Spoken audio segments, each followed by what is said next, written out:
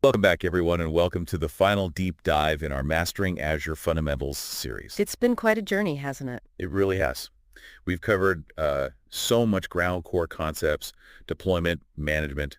Today, we're wrapping things up by focusing on something absolutely vital, keeping your Azure environment, well, healthy and optimized. Exactly. I mean, you build all this great stuff in Azure, but then the question is, how do you make sure it keeps running well, Yeah. securely, Yeah. cost effectively? Right. And the sources you've shared focus on Azure's own tools for this. Azure Advisor, Azure Service Health, and Azure Monitor. Mm-hmm. Think of them as like your proactive partners inside Azure helping you manage everything. Okay, so our mission today is really to unpack these tools. What does each one do? How do they maybe overlap or work together? And crucially, how can you use them to get actionable insights without just drowning in data? Yeah, cut through the noise. That's the goal. So let's kick off with Azure Advisor. You called it a proactive optimization partner. What's its core job, basically? At its heart, Advisor, it looks at your Azure resources, evaluates how you set things up, and then gives you personalized recommendations for improvement. Like a built-in consultant, kind of. That's a great way to put it. Yeah, it's constantly scanning in the background. And the info breaks down its recommendations into 5 areas, Yes. right? What are they? That's correct. The 5 big ones are reliability, basically keeping things up and running, security, protecting against threats, Standard stuff, yeah. performance, making things faster, more efficient, operational excellence, which is about streamlining how you work, best practices, and of course, cost, finding ways to save money. That pretty much covers all the critical aspects, doesn't it? Yeah. So how do you actually see these recommendations? Where do they show up? The main place is the Azure portal. There's a dedicated Azure Advisor dashboard Okay. that gives you a single view across potentially all your different Azure subscriptions, which is really handy. Oh, definitely. If you're managing multiple environments. Exactly. And you can also get the recommendations via an API if you want to, like automate things. Plus, you can set up notifications, so you get alerted when new advice pops up. That personalized dashboard sounds key. And you mentioned filtering. Can you narrow down the recommendations? Yeah. Because I imagine you could get quite a few. Oh, absolutely. You can filter by subscription, by resource group, those logical containers you use, or even by the specific service, like VMs or databases. So you can really focus on what's most urgent or relevant at that moment. Precisely. It lets you prioritize effectively. Okay, let's make it more real. Can you give an example? What's a typical actionable thing Advisor might tell you? Sure. A common one is cost.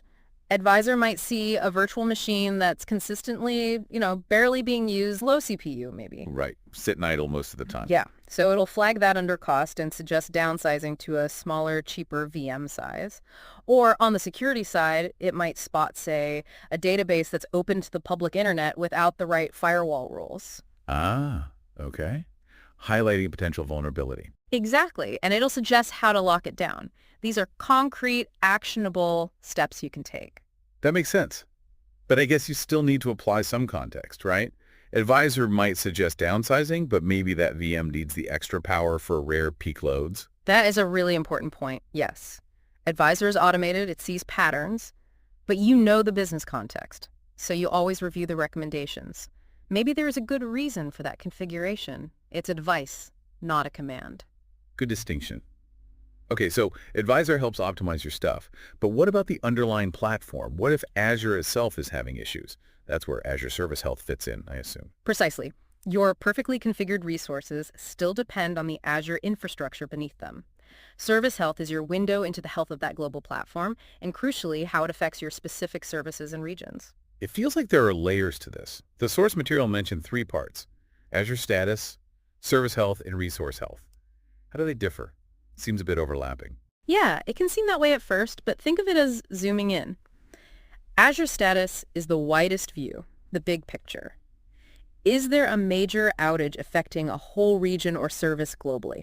That's where you look first. Like a weather map for Azure. Kind of, yeah. Then Service Health gets personal. It filters that global view down to your world, the services and regions you actually use. It tells you about issues, plane maintenance, health advisories that could impact you, and you can set up alerts here. Okay, so more tailored. And Resource Health. That's the most zoomed in level. It tells you about the health of your individual Azure resources. Is this specific VM running? Is that particular database available? It can even tie into Azure Monitor for more detailed alerting on specific resource availability changes. Got it. So Big outage. Check Azure status. Planned maintenance affecting my region. Service Health alerts me. My specific VM is acting weird. Check Resource Health. You got it. It's that tiered approach. And the benefits seem clear visibility, knowing what's happening.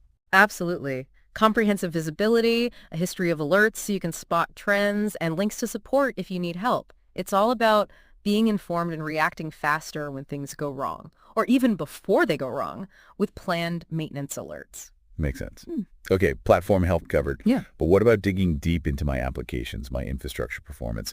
That sounds like Azure Monitor territory. That's exactly right. Azure Monitor is the comprehensive platform for collecting, analyzing, visualizing, and then acting on telemetry data from your entire environment. Telemetry data, what does that actually include? It's broad. We're talking logs, event records, traces, activity logs, and metrics, which are numerical values measured over time, like CPU percentage, request counts, latency. Right.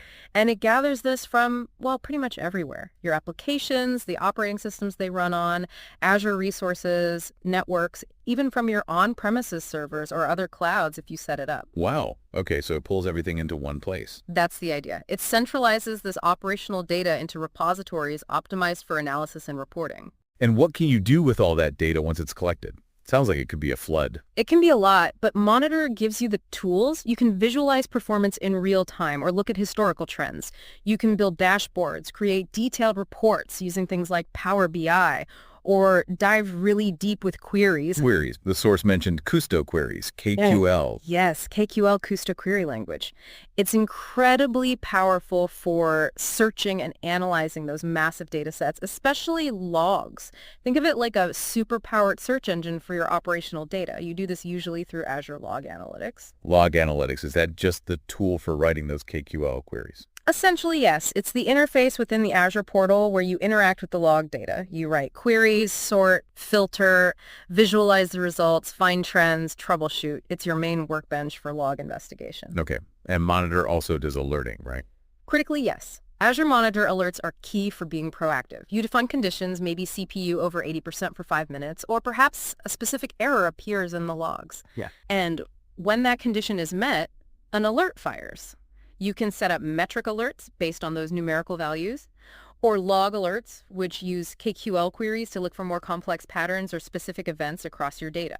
And those alerts need to tell someone or do something. That's action groups.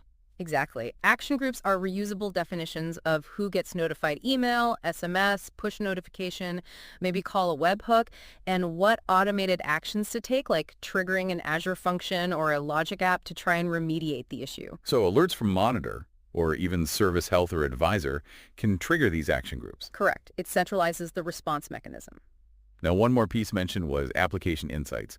It's part of Monitor, but specifically for web apps. Yeah, think of Application Insights as a specialized application performance management, or APM service within Azure Monitor.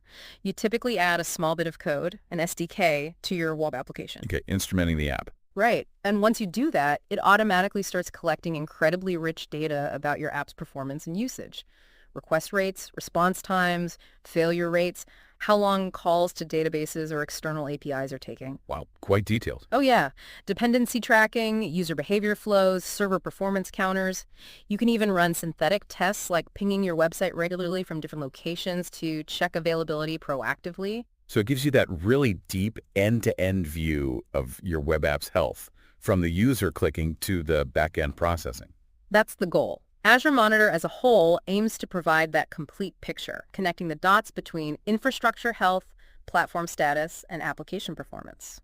Okay, so pulling it all together then, how do Advisor, Service Health, and Monitor work as a team for someone managing Azure resources? They really complement each other beautifully. Advisor is your proactive guide. Hey, you could improve this or save money here or enhance security there. A recommendation. Right. Service Health is your situational awareness for the platform. Is Azure okay? Is there planned maintenance coming that affects me? Keeping you informed. Exactly.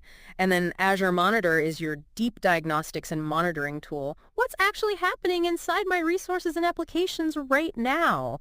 Let me see the data. Let me set alerts. So you might get an Advisor recommendation, Yeah. then use Monitor to check the historical data before acting on it, and maybe Service Health tells you if an issue you're seeing is platform-wide or just your resource. That's a perfect example workflow. Advisor flags a potential VM downsize. You use Monitor to verify the utilization data yourself. If you do see performance issues later, you check Service Health first. Is it Azure? If not, you dive deep into Monitor logs and metrics for that VM and its application using Application Insights. It really does sound like using them together lets you move from just, fighting fires to actually getting ahead of problems. Right. Proactive optimization. That's the whole point. Better reliability, tighter security, improved performance, controlled costs. It's about running a truly well-managed environment. Or robust and efficient setup overall. Absolutely. Regularly engaging with these tools is key to achieving that. Well, that brings us to the end of this deep dive and actually the end of our Mastering Azure Fundamentals series. It's been great exploring these foundational topics. It really has. We hope this look at Azure Advisor, Service Health, and Monitor has given you practical insights for keeping your own Azure environment in top shape. Yeah, hopefully it helps you navigate these powerful tools. And remember, the learning definitely doesn't stop here. If you want to continue your Azure journey, explore more topics, find more resources, please do visit learnazureforfree.com. Keep exploring, keep learning. Keep learning indeed. Goodbye for now. And one final thing for those who want an even more structured deep dive or are prepping for the exam, our book, Mastering Microsoft Azure Fundamentals, AZ900 Exam Prep, is available on Amazon. You'll find the link right there in the description.